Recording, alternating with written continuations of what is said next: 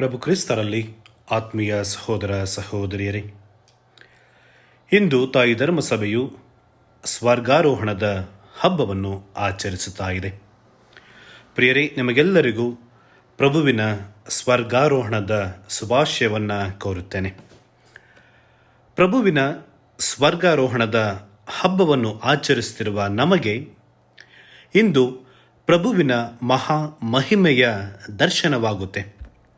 ಪ್ರಿಯರೇ, ಪ್ರಭುವಿನ ಸ್ವರ್ಗಾರೋಹಣ ಅವರ ವಿಧೇಯತೆಗೆ, ಯಾತನೆ ಮತ್ತು ಶಿಲುಬೆಯ ಮರಣದ ಮೂಲಕ ಪಾಪದ ಮತ್ತು ಮರಣದ ಮೇಲೆ ಪಡೆದ ವಿಜಯಕ್ಕೆ ಪಿತಾದೇವರು ನೀಡಿದ ದೊಡ್ಡ ಸಂಭಾವನೆ.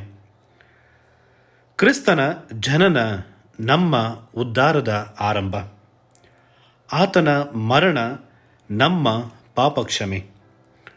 ಕ್ರಿಸ್ತನ ಪುನರುತ್ಥಾನ ನಮ್ಮ ಮರುಹುಟ್ಟು.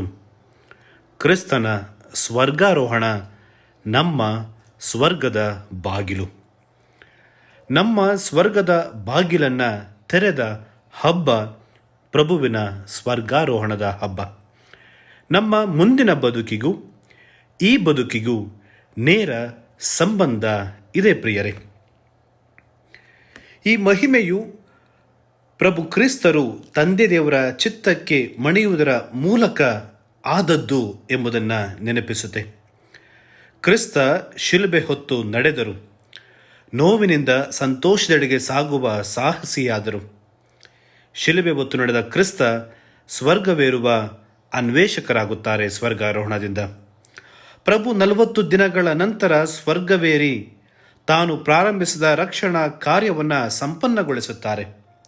ಯೇಸುವಿನೊಂದಿಗೆ ನಾವು ಕೂಡ ದೇವರಿಗೆ ವಿಧೇಯರಾಗಿ ನಡೆದು ದೇವರ ಚಿತ್ತ ಪಾಲಿಸುತ್ತಾ ಪ್ರಭುವಿನ ರಕ್ಷಣಾ ಕಾರ್ಯವನ್ನು ಮುಂದುವರೆಸಲು ಬೇಕಾದ ಅನುಗ್ರಹಕ್ಕಾಗಿ ಇಂದು ವಿಶೇಷವಾಗಿ ನಾವು ಪ್ರಾರ್ಥಿಸೋಣ. ಪ್ರಿಯರೇ, ತಂದೆಯ ಚಿತ್ತವನ್ನು ನೆರವೇರಿಸಿದ ಪ್ರಭು ಈ ಭೂಲೋಕದಿಂದ ತೆರಳುವ ಅಂತಿಮ ಕ್ಷಣಗಳು ಬಂದಿದ್ದವು. ದೂತನ ಮತ್ತು ಮಹಿಮೆಯ ಮೂಲಕ ಯೇಸು ನೀಡಿದ ಕರೆಯಂತೆ ಶಿಷ್ಯರು ಗಲಿಲಿಯಕ್ಕೆ ಹೋದರು. ಮತ್ತಾಯನ ಶುಭ ಸಂದೇಶ ಅಧ್ಯಾಯ 28 ವಾಕ್ಯ 16. ಅನೇಕ ಬಾರಿ ಬೆಟ್ಟಗಳ ಮೇಲೆ ಪ್ರಮುಖವಾದ ಸಂದೇಶವನ್ನು ಮತ್ತು ತಮ್ಮ ಮಹಿಮೆಯನ್ನು ಪ್ರಕಟಪಡಿಸಿದಂತೆ ಇಂದು ಕೂಡ ಯೇಸು ತಮ್ಮ ಮಹಾ ಮಹಿಮೆಯನ್ನು ಪ್ರಕಟಪಡಿಸುತ್ತಾರೆ. ಸ್ವರ್ಗಾರೋಹಣದ ಮುನ್ನ ಯೇಸು ತಮ್ಮ ಅಂತಿಮ ಸಂದೇಶ, ತಮ್ಮ ಅಂತಿಮ ಸೂಚನೆ, ವಾಗ್ದಾನ ಮತ್ತು ಆಶೀರ್ವಾದವನ್ನು ತಮ್ಮ ಶಿಷ್ಯರಿಗೆ ನೀಡುತ್ತಾರೆ. ಪ್ರಿಯರೇ, ಇಂದು ನಾವು 3 ಮುಖ್ಯ ಅಂಶಗಳನ್ನು ಕುರಿತು ಧ್ಯಾನಿಸೋಣ. ಸ್ವರ್ಗಾರೋಹಣದ ಸತ್ಯ, ದ ಫ್ಯಾಕ್ಟ್ ಆಫ್ ಅಸೆನ್ಷನ್. ಎರಡನೇದು, ಸ್ವರ್ಗಾರೋಹಣದ ಫಲ ಏನು, ದ ಫ್ರೂಟ್ ಆಫ್ ಅಸೆನ್ಷನ್. ಮತ್ತು ಸ್ವರ್ಗಾರೋಹಣದ ಆದೇಶ, ದ ಮ್ಯಾಂಡೇಟ್ ಆಫ್ ಅಸೆನ್ಷನ್ ಎಂಬ ಈ 3 ಅಂಶಗಳನ್ನು ಕುರಿತು ನಾವು ಧ್ಯಾನಿಸೋಣ. ಪ್ರಿಯರೇ, ನಾವು ಮೊದಲನೇದಾಗಿ ಬೈಬಲ್ನಲ್ಲಿ ಎಲಿಯ ಪ್ರವಾದಿ ಮತ್ತು ಹನೋಕನ ಬಗ್ಗೆ ಓದುತ್ತೇವೆ. ಅವರು ಕೂಡ ಸ್ವರ್ಗಕ್ಕೆ ಹೋದುದನ್ನು ನಾವು ಬೈಬಲ್ನಲ್ಲಿ ಓದುತ್ತೇವೆ. ಇವರಿಗೂ ಯೇಸುವಿನ ಸ್ವರ್ಗಾರೋಹಣಕ್ಕೂ ಇದ್ದ ವ್ಯತ್ಯಾಸವೇನು? ಮತ್ತು ಮಾತೆ ಮರಿಯಮ್ಮನವರ ಹಬ್ಬ ನಾವು ಆಗಸ್ಟ್ 15ರಂದು ಆಚರಿಸುತ್ತೇವೆ. ಅನೇಕರು ಮಾತೆಯ ಸ್ವರ್ಗಾರೋಹಣ ಎಂದು ಕರೆಯುತ್ತಾರೆ, ಆದರೆ ಅದು ಮಾತೆಯ ಸ್ವರ್ಗ ಸ್ವೀಕೃತ ಹಬ್ಬ. ಮಾತೆ ಮರಿಯಮ್ಮನವರಾಗಲಿ, ಹನೋಕನಾಗಲಿ, ಎಲಿಯನಾಗಲಿ ತಮ್ಮ ಸ್ವಂತ ಶಕ್ತಿಯಿಂದ ಸ್ವರ್ಗಕ್ಕೆ ಅವರು ಹೇರಿ ಹೋಗಲಿಲ್ಲ. ಆದಿಕಾಂಡ ಅಧ್ಯಾಯ 5 ವಾಕ್ಯ 24ರಲ್ಲಿ ನಾವು ನೋಡುತ್ತೇವೆ, ಹನೋಕ ದೇವರೊಂದಿಗೆ ಅನ್ಯೋನ್ಯವಾಗಿ ನಡೆದುಕೊಳ್ಳುತ್ತಾ ಇದ್ದಾಗ ದೇವರು ಅವನನ್ನು ಕರೆದುಕೊಂಡ ಕಾರಣ ಹನೋಕ ಕಣ್ಮರೆಯಾಗುತ್ತಾನೆ. ಇನ್ನು ಎಲಿಯ ಪ್ರವಾದಿ 2ನೇ ಅರಸರುಗಳ ಗ್ರಂಥ ಅಧ್ಯಾಯ 2 ವಾಕ್ಯ 11 ಈ ರೀತಿ ಹೇಳುತ್ತೆ, ಎಲಿಯ ಮತ್ತು ಎಲೀಷ ಮಾತನಾಡುತ್ತಾ ಮುಂದೆ ಹೋಗುತ್ತಿರುವಾಗ ಪಕ್ಕನೆ ಅಗ್ನಿಮಯವಾದ ರಥಾಶ್ವಗಳ ನಡುವೆ ಬಂದು ಅವರನ್ನು ವಿಂಗಡಿಸಿದವು. ಎಲಿಯನು ಸುಂಟರ ಗಾಳಿಯಲ್ಲಿ ಪರಲೋಕಕ್ಕೆ ಹೋದನು ಎಂದು.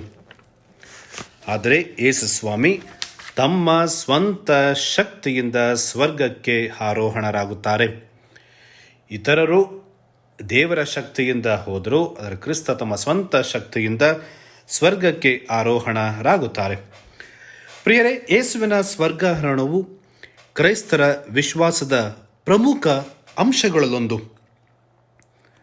ಯೇಸುವಿನ ಜನನ, ಮರಣ, ಪುನರುತ್ಥಾನ, ಸ್ವರ್ಗಾರೋಹಣ, ಪಂಚಶತಮ ಹಾಗೂ ಎರಡನೆಯ ಬರುವಿಕೆ ಅಥವಾ ಪ್ರಭುವಿನ ಪುನರಾಗಮನದ ಕ್ರೈಸ್ತರ ವಿಶ್ವಾಸದ ಅಂಶಗಳಾಗಿದೆ. The ascension is one of the 6 important components of Christian faith ಅಂತ ನಾವು ಕರಿಬಹುದು. The incarnation, the death, the resurrection, ascension, Pentecost and second coming. ಈ 6 ಅಂಶಗಳು ನಮ್ಮ ವಿಶ್ವಾಸದ ಅಂಶಗಳಾಗಿದೆ. ಪ್ರಿಯರೇ, ಸ್ವರ್ಗಾರೋಹಣವು ದೇವರ ಯೋಜನೆಯ ಮುಕ್ತಾಯವಲ್ಲ, ಬದಲಿಗೆ ಅದು ಯೇಸುವಿಗೆ ದೇವರ ಯೋಜನೆಯ ಅತ್ಯುನ್ನತ ಸ್ಥಾನ, ರಕ್ಷಣಾ ಯೋಜನೆಯ ಶಿಖರವಾಗಿತ್ತು.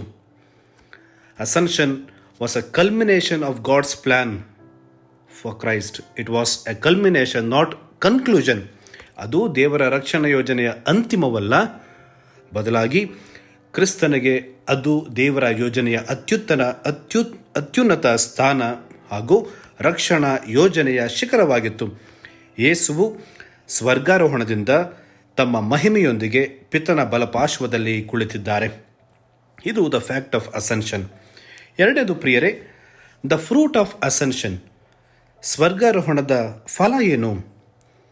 2 ಮುಖ್ಯ ಅಂಶಗಳನ್ನು ನಾವು ಇಲ್ಲಿ ಗಮನಿಸಬೇಕು. The fruit of ascension. ಮೊದಲನೇದು the coming of Holy Spirit, ಪವಿತ್ರಾತ್ಮರ ಆಗಮನ.